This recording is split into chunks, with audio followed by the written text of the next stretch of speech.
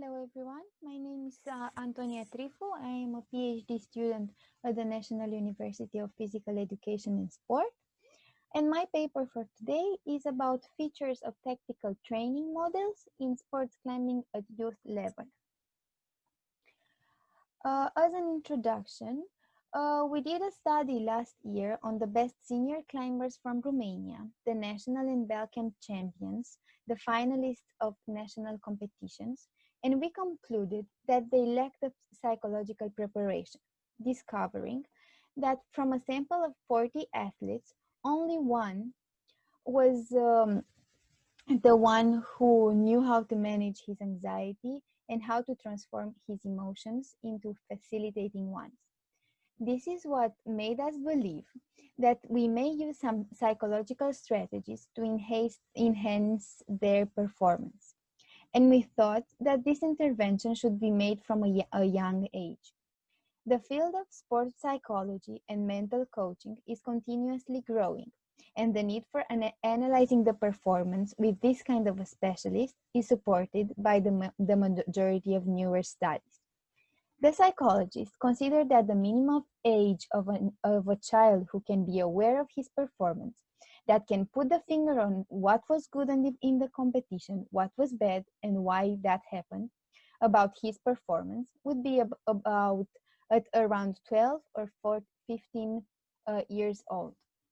This is the moment where the kid passes to the formal operating stage, where he develops his abstract thinking.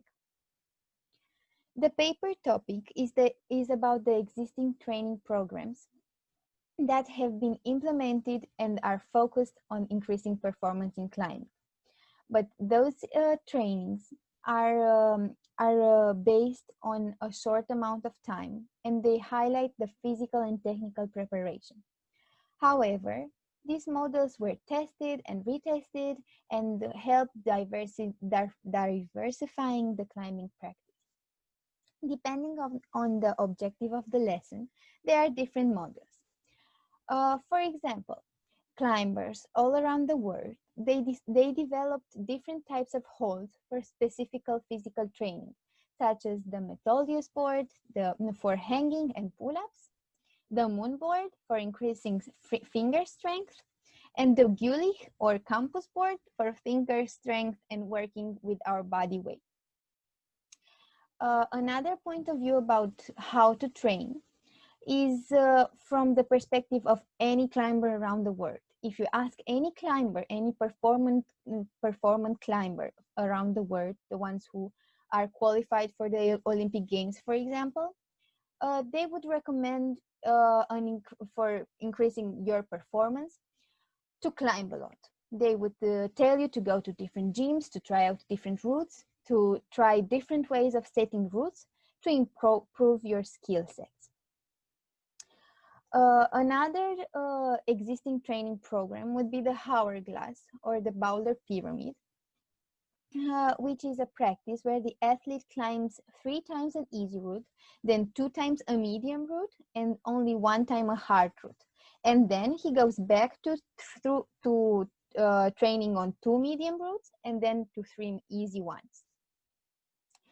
Another training program would be the add-on routes, which is a practice where the athlete climbs a route and then he adds an amount of holes before or after the route and does the whole route all the way.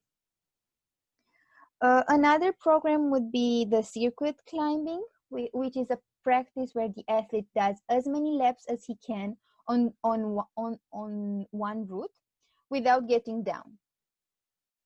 The practice about pacing the speed climbing is a practice where the coach paces the movements for developing a consistent pace the whole route. He numbers like 1, 2, 3, and at every count, at every number, the athlete has to move to the second hold, to the next one. The pointer stick practice is very efficient, and every coach uses it at the beginning, at the initial phase of training. where the coach points out the next hold for the athlete. The hold position is a practice where the climber has to hold the position for a number of seconds so that he can develop his coordination. And also the climbing on small holds for feet is another practice where you can improve your feet technique. What means the tactical preparation in climbing? There are 6 major components on the tactical preparation. The first one is visualization. This means the route preview that every climber has to do before his ascent, where he imagines himself doing the moves to the top. Another component is the creativity, which is the ability to see and imagine different ways for approaching the route and doing different plans for the ascending. This is very important to be developed because every climber can do a route in a different way.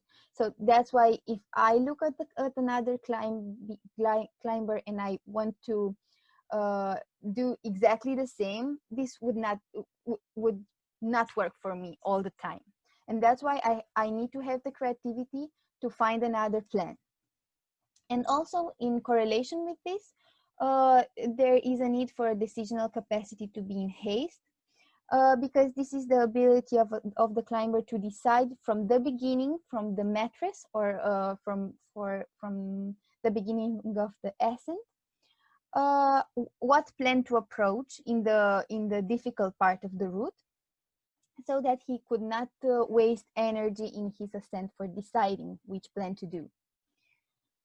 Another component is very important is identifying the best place during climbing. By the best place during climbing, I mean the best place for securing carabiniers, for choosing the best position for relaxing, and also the best position for releasing the arms. Another component important is the climb speed. There is a strategy known between climbers that during the difficult parts of the route, especially in the lead climbing, you have to climb with a higher speed so you would not waste energy. And during the easier parts, you can decrease your speed and use the space for relaxation. And also, it is very important to implement a strategy for the ascent, especially in bouldering competitions. An example can be, you plan the first try with your first plan that comes to mind. If this plan doesn't work, you have 2 options.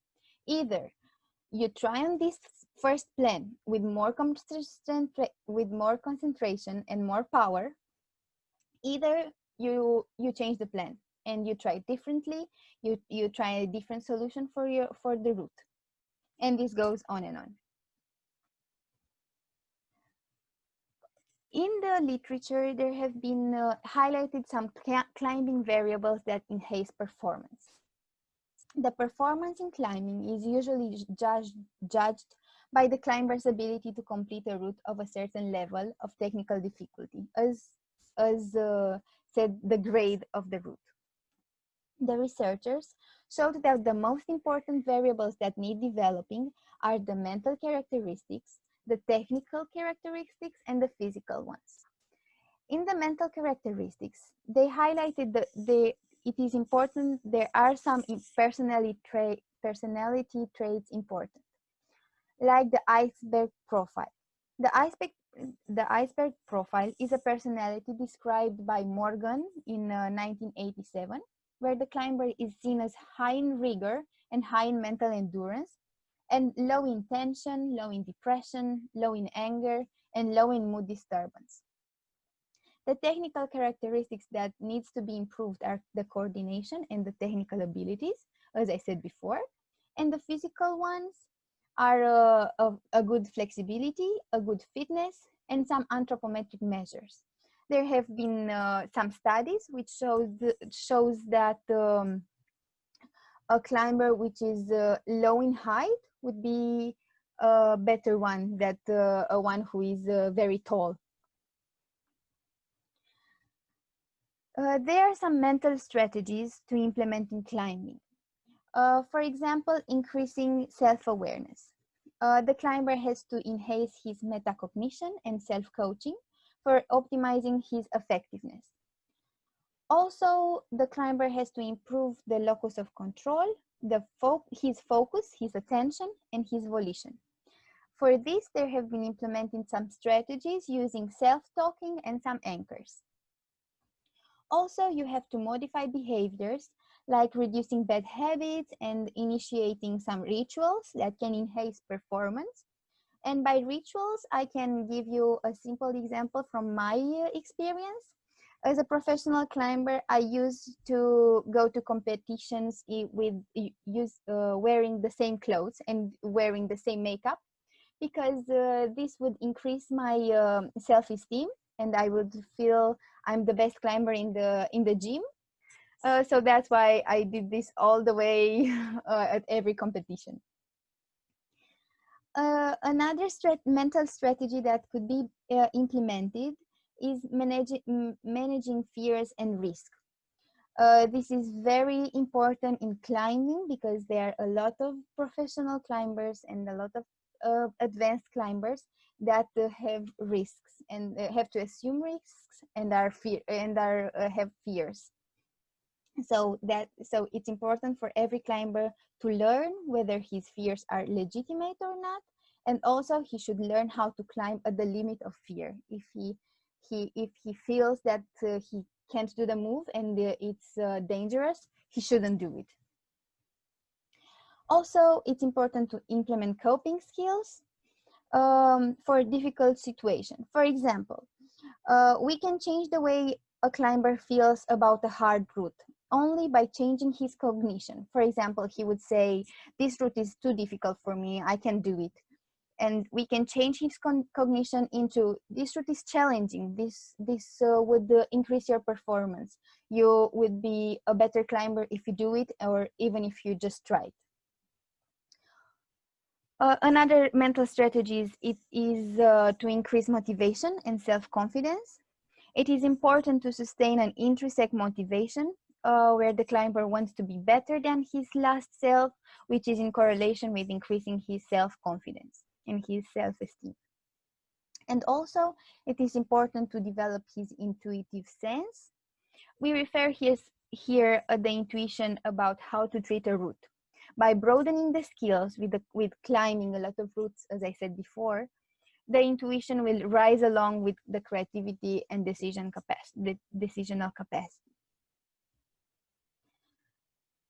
Here is a model for performance capacity in climbing, and we wanted to highlight all the components of the training. We started from genetics because from the genetic baggage is a virtual potential of the athlete, and it is improved into capacities through climbing and training. Also, we wanted to highlight the importance of the physical preparation, where we have general physical preparation and specific physical preparation. And also, it is important the technical preparation, as I said before. Any climber from the starting point to the advanced one has to go through some specific basic instructions to learn rules for belaying, rules for falling onto the mattress and falling with the rope, and some rules about how to start a route, which are the starting points, how to top a route.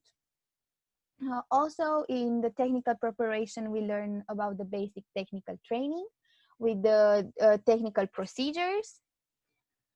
And at an advanced level, we use the specialized kinesthetic training, which I said before about the Metolius board, the campus board, climbing a lot.